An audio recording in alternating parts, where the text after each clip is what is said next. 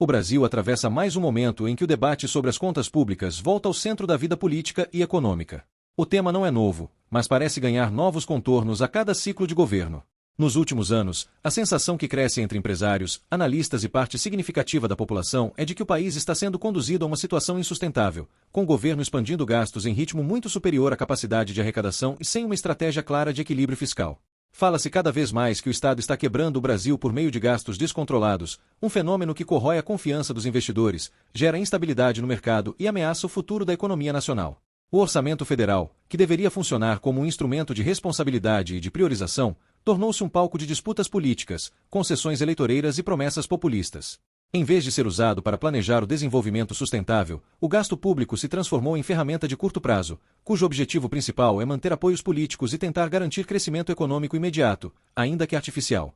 Essa estratégia pode até gerar uma sensação de prosperidade momentânea, mas, no longo prazo, compromete a saúde financeira do país.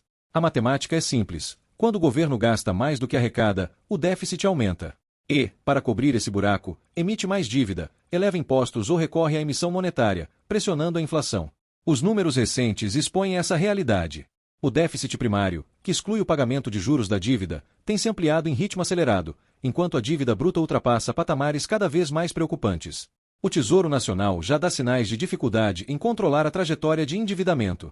Esse movimento, longe de ser apenas uma questão técnica, tem consequências práticas no dia a dia dos brasileiros. Juros mais altos, crédito encarecido, inflação persistente e menor capacidade de investimento em áreas realmente estratégicas. A conta chega primeiro para quem depende de financiamento, para pequenas empresas e para famílias endividadas, mas, cedo ou tarde, afeta toda a economia. Parte significativa desses gastos está ligada a programas de transferência de renda e benefícios sociais ampliados sem contrapartidas fiscais. Embora seja inegável a importância de políticas públicas para combater a pobreza e a desigualdade, o desenho atual de muitos desses programas ignora a necessidade de sustentabilidade financeira. O governo se apoia na justificativa de que está garantindo dignidade à população mais vulnerável, mas deixa de lado a pergunta essencial: de onde virão os recursos para manter essas despesas no futuro? Sem cortes em outras áreas ou aumento consistente da arrecadação, essas políticas se tornam insustentáveis e, paradoxalmente, colocam em risco o próprio público que deveriam proteger. Outro fator que pesa é o aumento da máquina pública. A expansão de ministérios, a criação de cargos comissionados e a multiplicação de estruturas burocráticas representam um fardo adicional. Em vez de buscar eficiência, racionalização e digitalização de serviços, o Estado insiste em se tornar mais pesado e custoso.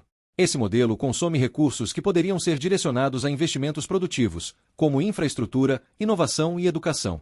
O que se observa é um gasto corrente crescente, que pouco ou nada contribui para o desenvolvimento de longo prazo, mas que aumenta o comprometimento do orçamento. A relação com o Congresso também é um ponto central. A prática das emendas parlamentares, especialmente as chamadas emendas de relator ou de comissão, transformou-se em moeda política. O Executivo libera bilhões em recursos para garantir votações favoráveis, em um ciclo de dependência que corrói a credibilidade fiscal. O orçamento secreto, mesmo após críticas e mudanças, deu lugar a novos mecanismos de distribuição de verbas, que reforçam o clientelismo e drenam ainda mais os cofres públicos. Assim, a gestão fiscal deixa de ser uma decisão técnica e se converte em instrumento de barganha política. O impacto dessa política de gastos também se reflete na percepção internacional. Investidores estrangeiros, ao avaliar o risco Brasil, olham diretamente para a disciplina fiscal. Quanto maior a incerteza sobre a capacidade do país de pagar suas dívidas e controlar seus gastos, maior o prêmio de risco exigido.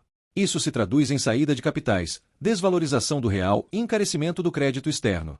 Ou seja, além de comprometer a estabilidade interna, a gastança pública isola o Brasil de oportunidades de investimento estrangeiro em setores-chave.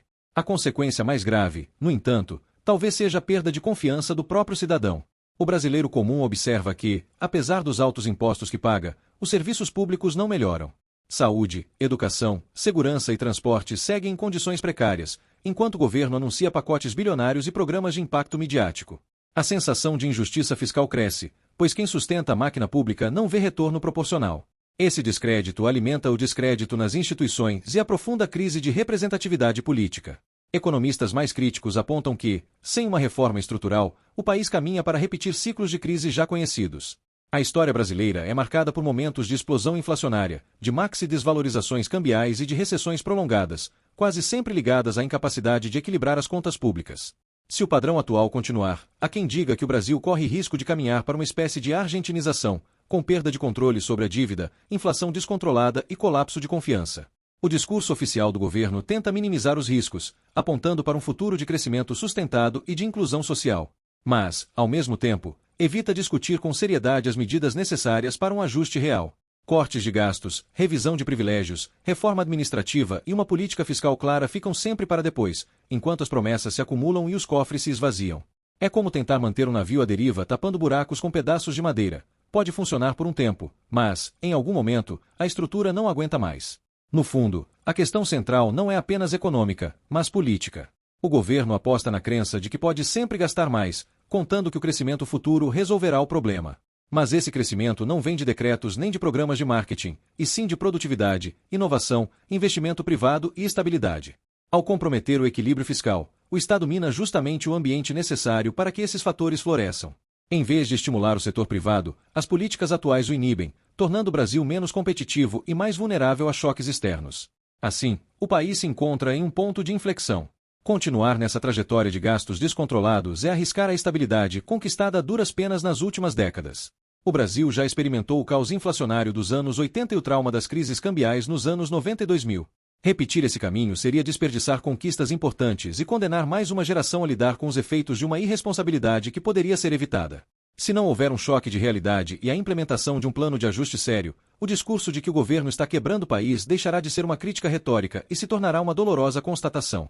Esse é o grande dilema que se impõe ao Brasil: seguir alimentando a máquina de gastos, em nome de ganhos políticos de curto prazo, ou enfrentar de frente as reformas duras, porém necessárias, para recolocar as finanças públicas em ordem. O futuro do país depende da escolha que for feita agora.